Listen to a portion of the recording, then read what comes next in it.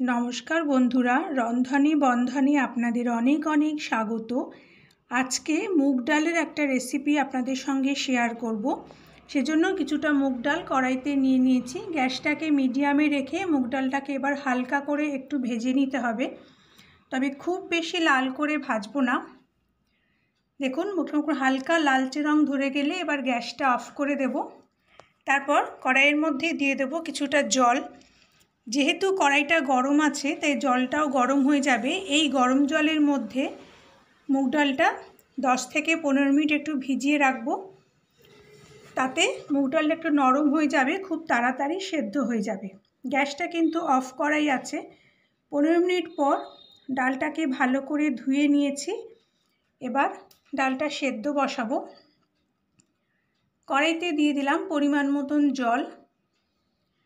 তারপর গ্যাসটাকে হাই করে ঢাকা দিয়ে দেব। যখন ভালো মতন ফুটে উঠবে, দেখুন বেশ ভালো মতন ডালটা ফুটে গেছে। এই সময় যদি ফেনা হয় তাহলে ফেনাগুলো ফেলে দেবেন। আমার এখনও ফেনা ভালো করে তৈরি হয়নি। দিয়ে দিলাম হাফ চামচ নুন। নুনটা দিয়েও ডালের সঙ্গে মিশিয়ে আবার ঢেকে দেব 5 মিনিটের জন্য। এবার দেখুন ডালের মধ্যে বেশ ফেনা তৈরি হয়েছে। আপনারা সবাই জানেন মুগ ডাল বা মসুরির ডাল সেদ্ধ করলে একটা ফেনা হয়, এই ফেনাগুলো ফেলে দিতে হয়। যতটা সম্ভব ফেনাগুলো তুলে এবারে ফেলে দেব। সমস্ত ফেনা তুলে ফেলে দিলাম। তারপর গ্যাসটাকে সিমে রেখে ঢাকা দিয়ে আরও 5 মিনিট রেখে দেব। এখন দেখুন ডালটা হাফ সেদ্ধ হয়েছে, পুরো সেদ্ধ হয়নি। এরপর কিছুটা মটরশুঁটি দিয়ে দিলাম। মটরশুঁটিটা দিয়েও এবার ঢাকা দিয়ে 3-4 মিনিট রেখে দেব। 3-4 মিনিট পর মুগ ডাল কিন্তু সেদ্ধ হয়ে যাবে। দেখুন এরকমভাবে সেদ্ধ করবেন, পুরো গলে যেন না যায়, গোটা গোটা থাকবে কিন্তু সেদ্ধ হয়ে যাবে। এরকম পর্যায় পর্যন্ত মুগ ডালটাকে সেদ্ধ করে নিতে হবে।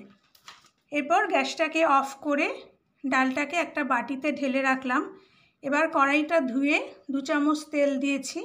তেলের মধ্যে দিয়ে দিলাম একটা শুকনো লঙ্কা, একটা তেজপাতা, 1/4 চামচ সাদা জিরে। গ্যাসটাকে একদম লোতে রেখে ফোড়নটাকে কিছুক্ষণ ভেজে নিয়ে এবার কিছুটা নারকেল কুড়িয়ে রেখেছিলাম সেটা দিয়ে দিলাম। লো টু মিডিয়াম ফ্লেমে এবার নারকেলটাকে ভাজতে হবে। আমার রেসিপিগুলো আপনাদের ভালো লাগলে চ্যানেলটাকে প্লিজ সাবস্ক্রাইব করে দেবেন আর পাশে থাকা বেল আইকনটাও প্রেস করে দেবেন, যাতে পরবর্তী রেসিপিগুলো আপলোড করলে তার নোটিফিকেশান আপনাদের কাছে পৌঁছে যায়। কিছুক্ষণ ভাজার পর দিয়ে দিলাম হাফ চামচ আদা বাটা। আদা বাটাটাকেও নারকেলের সঙ্গে একটু ভেজে নিতে হবে।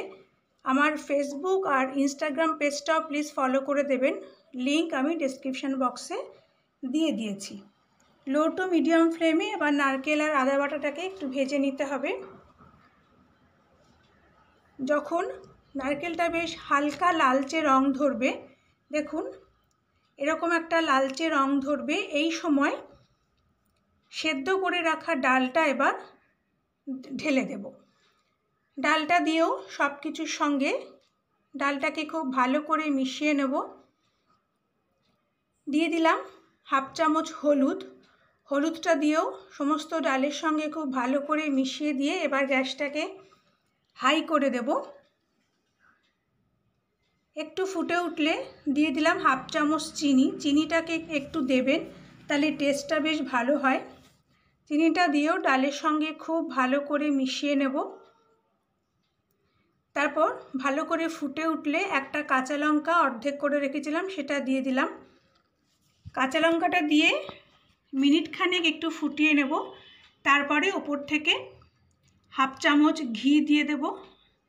ঘিটা দিয়ে ডালের সঙ্গে মিশিয়ে নিলেই আমাদের মুগ ডাল একদম তৈরি। এবার গ্যাসটা অফ করে সার্ভ করে নেব। আপনারা যদি কোনোদিনও এভাবে মুগ ডাল না করে থাকেন তাহলে অনুরোধ করব একবার অন্তত এভাবে বাড়িতে বানাবেন। খেতে কিন্তু দুর্দান্ত হয়। যে কোনো ভাজার সাথে এই মুগ ডাল থাকলে আর কিন্তু কিচ্ছু লাগে না। আশা করি আমার আজকের রেসিপিটি আপনাদের ভালো লেগেছে। পরের দিন আবার একটা নতুন রেসিপি নিয়ে চলে আসব। ততক্ষণ আপনারা ভালো থাকবেন, সুস্থ থাকবেন। নমস্কার।